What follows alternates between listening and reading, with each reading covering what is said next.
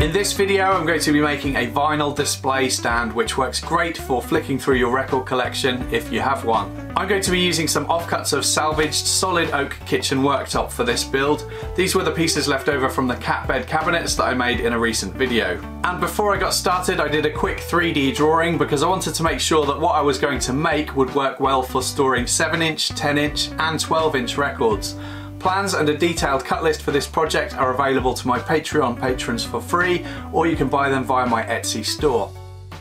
I'm going to make the upright panels first, and I rip them to width at the table saw, and I'm making sure to cut along the joins of the oak staves because I want to try and minimise how many of the glue joints were visible on the finished piece. This oak is 40mm thick and I want to resaw the material in half to give me more material to work with. I centred the workpiece to the table saw blade just by eye, and then I could run it through, taking multiple passes, raising the blade in between each cut. It's potentially very dangerous to use a table saw in this way without good technique and lots of experience, because the blade is fully exposed and there's potential for kickbacks too. So please don't do what I'm doing here unless you're really comfortable with it.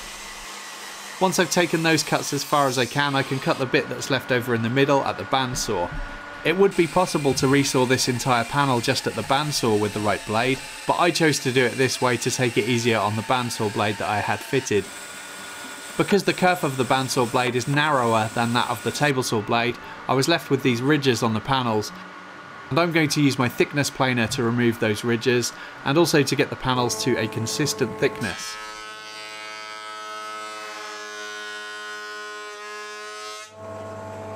Once the panels are all cleaned up, I could cut them to length.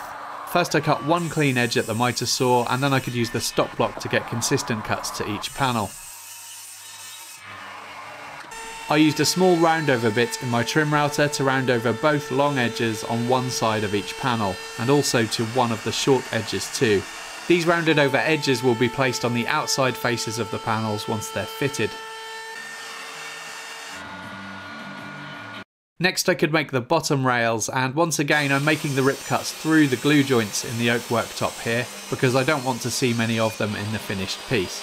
Once that was done I set up my table saw to make another 2 rip cuts to cut the rails so that they would be square.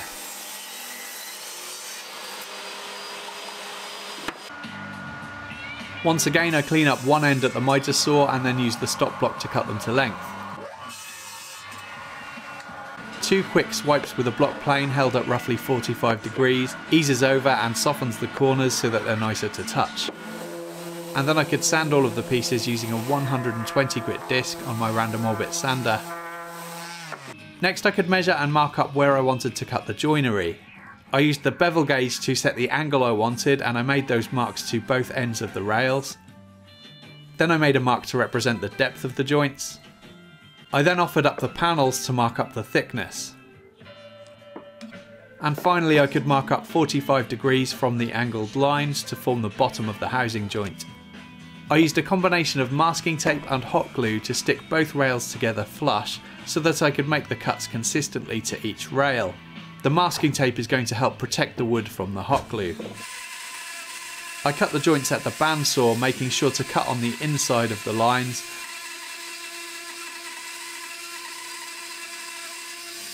And then I could make some relief cuts right up to the pencil line that represents the bottom of the joint. I then used a chisel to pare away the waste.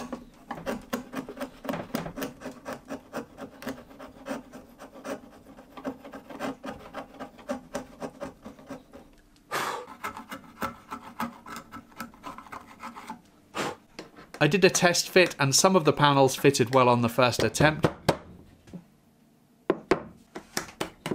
while others needed a bit more material removed to widen the joints, and I did that with a chisel. Once everything fitted correctly, I could separate the 2 rails and remove the masking tape. To assemble, I applied wood glue and then pushed the panels in place. I also found that putting the panels into the vise upside down and hitting the rails with a mallet helped me to properly seat the joints. No clamps are needed here as the joints were nice and tight, so I let the glue dry for a few hours and then the ends of the rails got a bit of sanding to soften the edges and corners. I did a final sanding by hand using a 240 grit paper. For finish, I'm going to use some of my handmade oil wax mixture.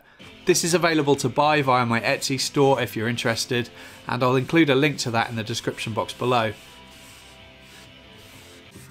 As you can see, it pops the grain really nicely and brings out the natural beauty in the wood grain. Once applied, I use another cotton cloth just to remove any excess wax.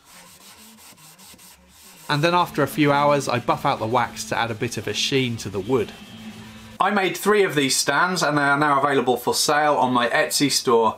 They work great and I think they look really nice too. It was a perfect way to use up the offcuts of oak worktop that I had left over from a previous project. The ones that I made hold up to 75 records, but obviously it'd be easy to adjust the size of the rails depending on how many records you want to store. As I mentioned at the start, plans for this build are available via my Etsy and Patreon pages if you want to build one for yourself. It took me about 5 or 6 hours to make 3 of them, so it was a pretty simple and quick project to make, and after just recently completing the walnut dartboard cabinet, which I was working on for about 3 weeks, this was just the right kind of project that I wanted to do at the time. I hope you enjoyed the video. Please subscribe to the channel for more weekly woodworking videos.